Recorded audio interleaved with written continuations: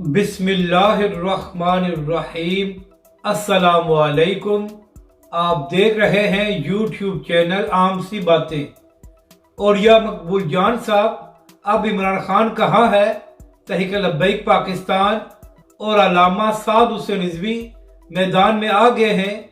इस वीडियो में हम इसी के मुतालिक बात करेंगे।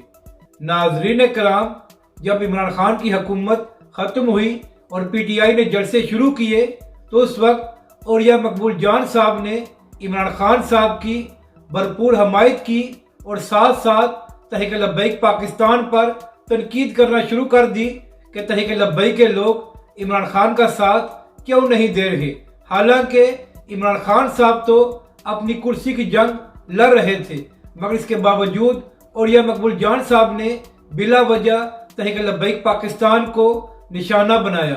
तो नाजरीन कराम, अब जब पीडीएम की हुकूमत ने मुतनाज़ा ट्रांसजेंडर बिल को मंजूर किया है तो उसके खिलाफ और या मकबूल जान साहब तो अदालत में गए हुए हैं, जबकि दूसरी जानब तहरीक लब्बैक पाकिस्तान ने इसकी शदीद मजम्मत की है और तहरीक लब्बैक के सरबराह अल्लामा साद हुसैन रिजवी ने हुकूमत को ये धमकी दी है कि अगर इस मुतनाज़ा बिल से गैर आइनी और गैर इस्लामी शिक्कों को वापस न लिया गया तो तहरीक लब्बैक पाकिस्तान एक बड़ा धरना देगी।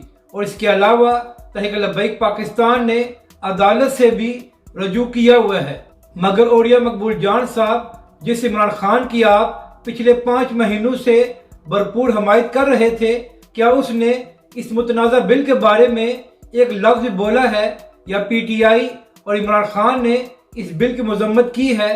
तो क्या और या मकबूल जान साहब, जिस तरह आप तहरीक लब्बैक पाकिस्तान पर बिला वजह तनकीद कर रहे थे, तो इसी तरह अब इमरान खान पर तनकीद करने की हिम्मत रखते हैं कि वो ट्रांसजेंडर बिल के खिलाफ क्यों खामोश है? या आप अभी इमरान खान के खिलाफ कोई लफ्ज़ नहीं बोलेंगे कि पीटीआई के लोग आप पर तनकीद करना शुरू कर देंगे? और दूसरी जानब और या मकबूल जान साहब, एक बार फिर जब कोई मुतनाज़ा मामला हुआ है तो हमेशा की तरह तहरीक लब्बैक पाकिस्तान और अल्लामा साद हुसैन रिजवी ही मैदान में आए हैं।